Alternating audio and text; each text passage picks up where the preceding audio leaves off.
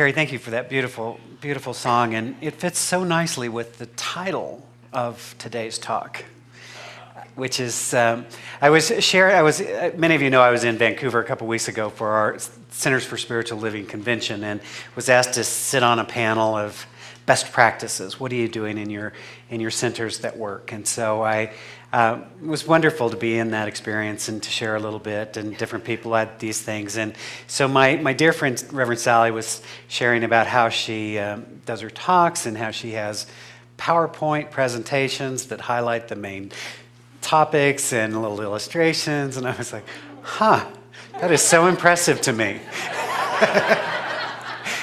She said, what are you doing? I was like, I love that idea. But it would imply that the talk you actually say you're going to give is the talk you give. And so I can see some potential things falling apart right away there. So I'm just loving this idea that I'm working with right now about moving from having a belief in God to being in relationship with the divine. You see, so many of us walk through life, and if you ask people in the United States, do you believe in God? Most people will say yes. Some 90% of people say yes. I believe in something. But my guess is if you ask them, tell me about your relationship with the divine, you'd get a very different answer, right? So as we were saying last week, there's this idea of I believe in love. That's lovely. But it's another thing to be in love with another actual human being and really get to be in relationship that brings forth the best that's within us and sometimes the less than best that's within it. It brings it all forth, right? And so I've been looking at this idea of how do we deepen in that relationship with the divine? How do we steep ourselves in that consciousness of the awareness of life living itself through us, of making itself known? So one of the great speakers in Vancouver who was speaking did a talk on ancient wisdom and quantum physics. There's one for you, huh? I'm still listening to this talk over and over, and then, you'll get little glimpses of it as I kind of digest. But essentially what he was saying is that if you go back and read the ancient texts, the Bhagavad Gita and the many different spiritual traditions, there is a common idea that says that the infinite presence reveals itself into form and into expression, and the vessel and the vehicle for that to happen is through light. And so what was the first thing that God created in our tradition? Light. Let there be light, and light was made manifest. And so we even say that when a person wakes up, they become enlightened, right? So I'm loving this idea, and if you look at this, you will see this common thread of light beings made manifest into the world. Now, religion is an interesting thing, is it not? I'm just begging for forgiveness right up front. Just get it out of the way. Because I always seem to offend someone or something as I do this. And that's never my intention. I just can do it kind of without trying. It's an amazing gift I have, right? But what I see is that what's interesting for me, and part of this whole talk that was given, was about how in the wisdom traditions, the ancient wisdom traditions, how they intuited this divine creative process. What is happening now as we're understanding quantum physics is helping us understand the same idea. That one of the great quantum physicists says that if you really understand this, then the universe looks more, rather than looking like building blocks, looks more like a great thought. Imagining itself and then expressing itself into form and into reality. So the question becomes, is God outside? And if it is, then what is that relationship like? But if we are to join the mystics and the teachers and the masters who said things such as that it is in this presence that I live and move and have my being. That as Jesus said, the kingdom is neither low here nor low there, but rather the kingdom of heaven, the spiritual dimension, is within. And if that is true, then what does that relationship look like? And so it's an interesting thing to me as I look at spiritual traditions through the ages, is there's very much, you kind of see that they go in one way or the other. There's the great mystical traditions that we know through Gnosticism, through Sufism, through, there's another one, Kabbalah, through the Kabbalah. Those are all mystical traditions. Then there's also the outer traditions. And so, here we go. Pope, forgive me, whoever you are. But I'm struck because it's in the news now, right, that there's going to be a new pope. And so this whole thing that's happening around bringing forth that leader who's going to guide the church and all of its pageantry and all of its wonder and all of its fancy outfits and, all of that. And I can't help but ask myself, wow, do you think that's what Jesus had in mind? Sorry, I have to ask, right? Nothing wrong with it because here's what I want you to hear and understand. I have great admiration and respect for all religious traditions. Most of the great mystics, many of the great mystics through the ages come through the Catholic tradition. So there's this wonderful mystical side of that teaching. And there's also this very outer thing that every outfit has a meaning and symbology. And it's, I found out the red shoes, turns out, are symbolizing Jesus being on the cross with his feet bleeding. That's where that idea comes from. So there's great symbology between all of that. So I'm not making anyone wrong. I'm just saying it's very interesting to me how we can either focus on the outer or we can focus on the inner.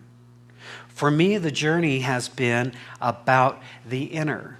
The outer piece didn't work. You see, what happens in the structure of organizations is that they begin to layer onto the organization, right? This happens in all organizations, not just religious. And so you create this whole idea and the structure. I even watch with our organization as we have evolved. Now, Ernest Holmes lived many years ago. He died in the 50s. He was leaving the planet about the time I was coming onto the planet. So we have very few now left of those who actually knew Ernest or studied with him.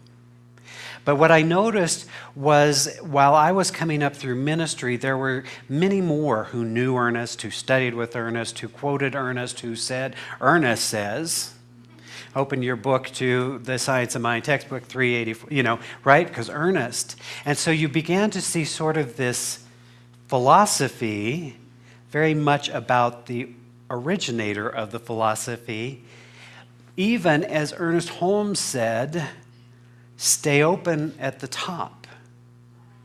Keep this teaching alive. He said, I would rather have a student practice this science than to know all the words of wisdom written through the ages. And my favorite thing that he said was, do not listen to what I'm saying. Listen to what I'm listening to. You see, when we're in that state of awareness and understanding and being with the divine, then we intuit information. We're hearing information. We're having a mystical experience. But the teachers through the ages have realized that you can't share everything with everybody. They're not all ready.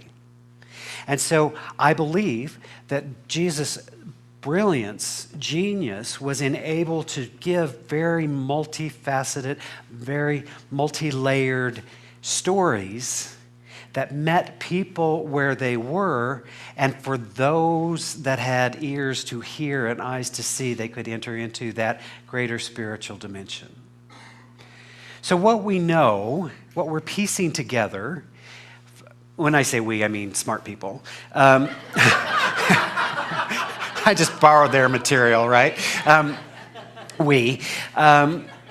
Great spiritual scholars and biblical scholars have been engaged in a process for a number of years now, and it's called the Jesus Seminars. And what the Jesus Seminars are a group of scholars who come together who've been studying these various teachings, and they have a system of what did Jesus actually say and what didn't he say. And because we have these wonderful synoptic gospels, the 3 different versions of the story, as well as John's, which is a very different mystical story, they can kind of figure out some things. And so their process is this. They have 4 different colored stones. And so they take a saying, and they take that, and they all vote. And so I forget the colors exactly, but let's just say the red is probably said. And the second one is may have said, and the others probably didn't say, and the others didn't say. And so they all vote, they do this whole thing, and then they have compiled this information to say these are probably the actual teachings of Jesus. It's very fascinating. It really opens up some things. Now, so we have that, and then along comes, not too many years ago, these wonderful Gnostic Gospels. And the Gnostic Gospels are from the Nag Hammadi Library, which was found in 1945, and had all of these teachings that had been up until that time, well, there had been some parts, but mostly that tradition was stamped out, quite literally. It was really shut down. And what had happened was that back in the day, so here you have Jesus, this amazingly spiritually gifted and aware individual teaching truth. Somebody had the wisdom to write down those sayings. Then this miraculous thing happened called he died. And everybody tried to make sense of that. And then communities began to form. And as the communities formed, they began to share their teachings and share their writings. And so it had these very 2 different paths. One was what we now know as Gnosticism, which means knowing, which was about the inner knowing. And one which was what we would call today the Catholic Church, the formalized structure. Now, in that, you have 2 very different versions of the teachings. One, you have the outer, these literal truths of Jesus being born of a virgin and the whole story and the actual resurrection of the body. Whereas in the Gnostic tradition, it's seen as allegory.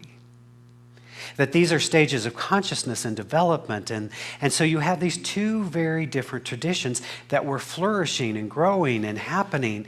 And then in 325, there was all this stuff going on, and all kinds of religions were fighting for it. And Constantine said, you know what we ought to do is we ought to have a state religion, and there's a lot of people who are engaged in this Christian thing. Let's do that. But the problem is we can't just have everybody teaching everything and whenever they want, I think we ought to do this. So he said, we're going to have a council, the Nicene Council, and we said, okay, here's what belongs, here's what goes away. And what we have today, primarily, is what got to stay. And then there was a systematic approach to really eliminate the other side of the story. So now we have insight, wisdom. Now, I don't think some people like to make big conspiracies like, that's, I don't think it's that. I just think it's the way it is. I watch in our own organization how sometimes even just a few years after Ernest is gone, how we sort of want to deify Ernest and we want to make things really structured, and we want to have, I had a conversation recently with somebody who's got their church, and then they're helping a small group of people that are, some way away with their practitioners, and now the larger organization was saying, you can't do that, you're having people get together on Sunday mornings, and you have to be a church to do, and it's like, really? Come on, really? So, that's why they don't ever put me in charge of anything. I have a feeling.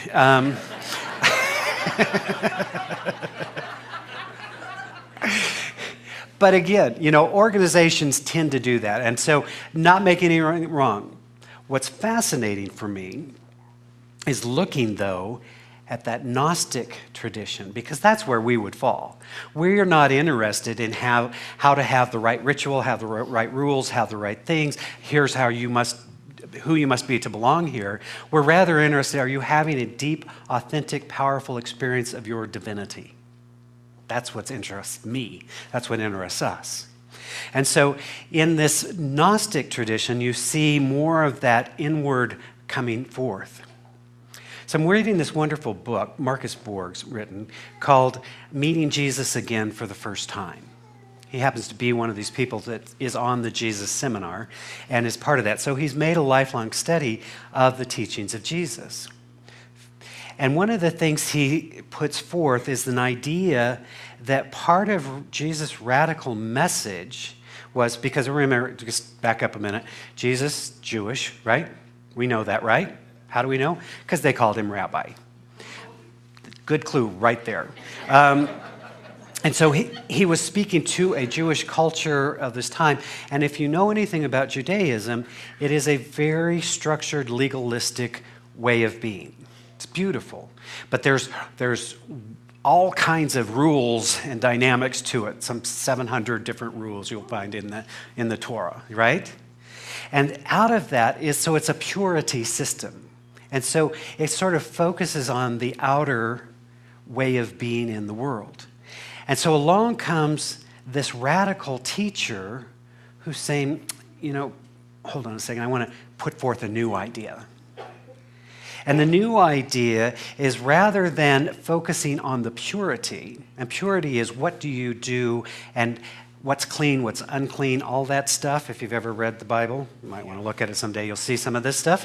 It's an interesting book. Check it out. You can find them everywhere, it turns out. And so there's all the structure. Now, just in defense of Judaism, also the mystical tradition of Judaism is the Kabbalah, which is very interesting. So, again, you see this. So his message, I believe, was to say, where the teachers were saying, be ye therefore perfect, be ye therefore pure, even as God is perfect and pure, he was saying, be ye therefore compassionate, even as the divine is compassionate. And that it is not what we do at an outer level, but who are we in our heart? So he has this great phrase. He says, it is not what you take into your mouth that defiles you. It is what comes from your mouth that defiles you. Have you noticed that? It's still true. It's still true. We realize an impure heart has many words that follow that don't really lift the vibration of the planet. So I find this very interesting. So his message then was what Marcus Borg calls was Jesus' attack upon the purity system. Because part of what happens with the purity system is you have the most pure, usually the priests, and then you have the Levites, and then you have those around you, and then you have those around you, and then you have all the folks like us, the sinners, right? You would recognize these people. We all go to church together, it turns out. Who knew? Those who live rich, full, authentic lives, right? And so that's part of what goes on with that whole idea. And so what Jesus did, and part of the radicalness of the teaching, is he was saying, I think I'll just eat with whoever I want. I think we'll teach people these spiritual truths and realities. I think we'll invite everybody to the table, regardless of class, regardless of caste, regardless of their outer, because it is a pure heart that opens to the spiritual dimension. So I want to tell you a story today. You've heard this story before, but I want you to listen to it in this context. that if Jesus was really saying there is a new social order, there is a better way of being in the world, and it is not based on the purity system, but rather it is based on having an open heart, then listen to the cast of characters. In the day, the priests were most holy and closest to God. And one of the things the priests didn't do, because an unclean thing was a dead body, right? So they kind of stayed away from that. And then others who were on that hierarchy were the Levites, lovely, wonderful teachers of the law. And then way down on the social structure were Samaritans. Now the Samaritans show up in several places. Remember the woman at the well, and Jesus says to her, I will give you water from the well of life. So here's the story. On one occasion, an expert in the law stood up to test Jesus. Teacher, he asked, what must I do to inherit eternal life? Jesus asked, what was written in the law? How do you read it? And so this expert said, love the Lord your God with all your heart and with all your soul and with all your strength and with all your mind, and love your neighbor as yourself. Jesus said, you've answered correctly. Do this and you will live. But this challenging person wanted to know, he said, but he wanted to justify himself, and he asks, so who is my neighbor? Now we get into it. Now we start to get to the fine print. You know, there was this lovely, just be kind and gracious and lovely. But he's saying, well, good question. So Jesus said, as he often did, let me tell you a story. There was a man going down from Jerusalem to Jericho when he was attacked by robbers. They stripped him of his clothes, beat him, and left him half dead, approaching unclean. A priest happened to be going down the road, and when he saw the man, he passed to the other side of the road and went on. So too, a Levite, when he came to the place and saw him, passed by on the other side. But a Samaritan, a lowly person, as he traveled, came where the man was, and when he saw him, he had mercy on him. He went to him and he bandaged his wounds, pouring on oil and wine. Then he put the man on his donkey, brought him to an inn, and took care of him. The next day he took out 2 denarii and gave them to the innkeeper. He said, look after him, and when I return, I will reimburse you for any expense that you may have had. And then Jesus asked this question. Which of these 3 do you think was a neighbor to the man who fell into the hands of robbers? And the expert in the law replied, the one who had mercy on him. And Jesus said, go and do likewise. You see, how often do we organize ourselves around a structure that says, if you play by these rules, you are included. You can be one of us. And heck, we'll even give you a pass to heaven. Right? Some of us came out of traditions where we didn't get the pass. You know, we didn't get to go past go. We didn't get the $200. We didn't get nothing. We were like, oops, not going, right? Part of what I love about our community is we say, we're really less interested in where you've been than where you're going. We're really far less interested with how you identify yourself, that you learn to identify yourself as a spiritual being, an emanation of the one life, the one God, the one presence. And so Jesus is teaching us that if we would experience the divine kingdom, this spiritual dimension, the way to do that is not by all the outer, but by the purity of our heart, by the compassion that we extend towards one another. You see, it's very easy to be a theoretical Christian, Jew, Buddhist, or science-of-mindy kind of person. Theoretically, it's pretty easy. It's when you find the person on the road that we are called to be compassionate. Think of how we do this today. How we would exclude others. We say, you're not like me, I don't understand you, I don't get you, and so I would withhold your good from you. Now, we never do it that openly. Come on, right? We just do it through a raised eyebrow. How nice for you.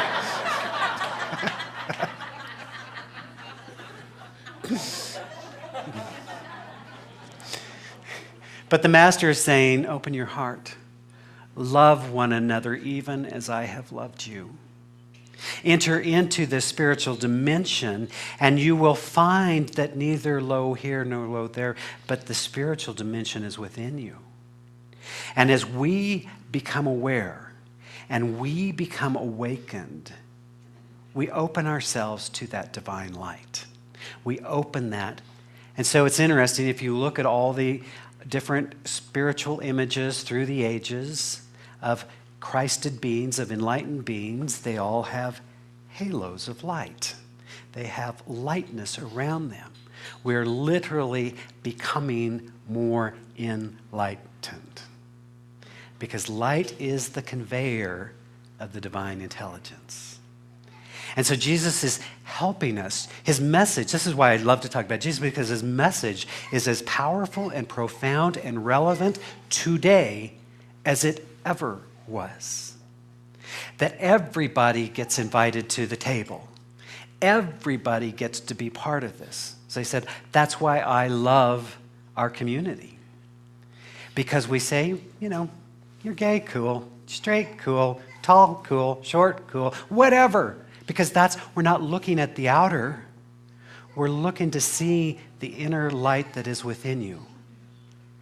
There's a wonderful phrase, one of the great phrases from the Gnostic Gospel, the Gospel of Thomas. And in it, one of the phrases of Jesus is, if you bring forth that which is within you, it will save you. And if you do not bring forth that which is within you, it will destroy you. Now think about this. Is that relevant? Is that what the psychological process is about? If you bring forth that which is unresolved and bring light to it, you will find peace. You will find salvation. You will find joy. You will find love. But if you do not do that work, if you continue to live from an unresolved place in your heart, how well does your life work out? Not so good. Not so great, right? That's why we talk about all the time, the illusion of our world is that if you have more, you'll have peace. And we say if you have peace, you'll have more. That everything begins within. And so the work is about revealing the truth of who we are, allowing more light to shine, of balancing the inner and the outer, the left and the right, the male, the female, all of that, to be whole beings and to live from that state of awareness of the truth of who we are, to let our light shine brightly into the world. Whew. Okay, you ready for me to start talking about? Oh. Oh, you're done. Okay. Okay. I guess we'll end there. Someday I'm going to give that talk about surrendering to the unknown or whatever that was for today. Great song, by the way. Really followed the theme and the PowerPoint presentation. Too bad Oh, well. Oh, well.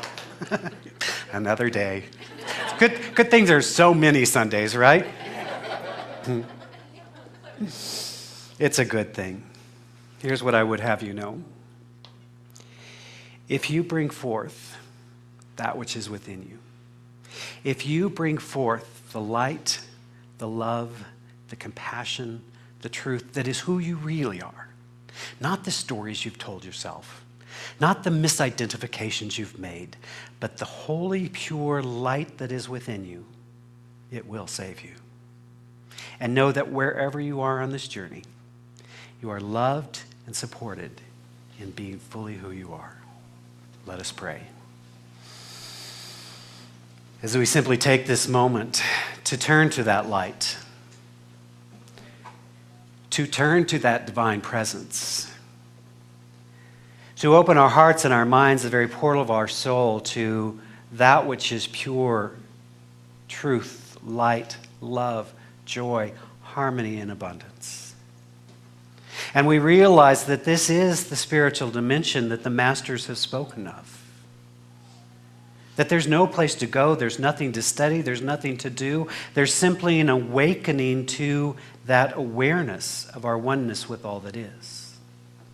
And so we enter into that spiritual dimension right here and right now as we open our hearts to love, our minds to wisdom, our souls to truth.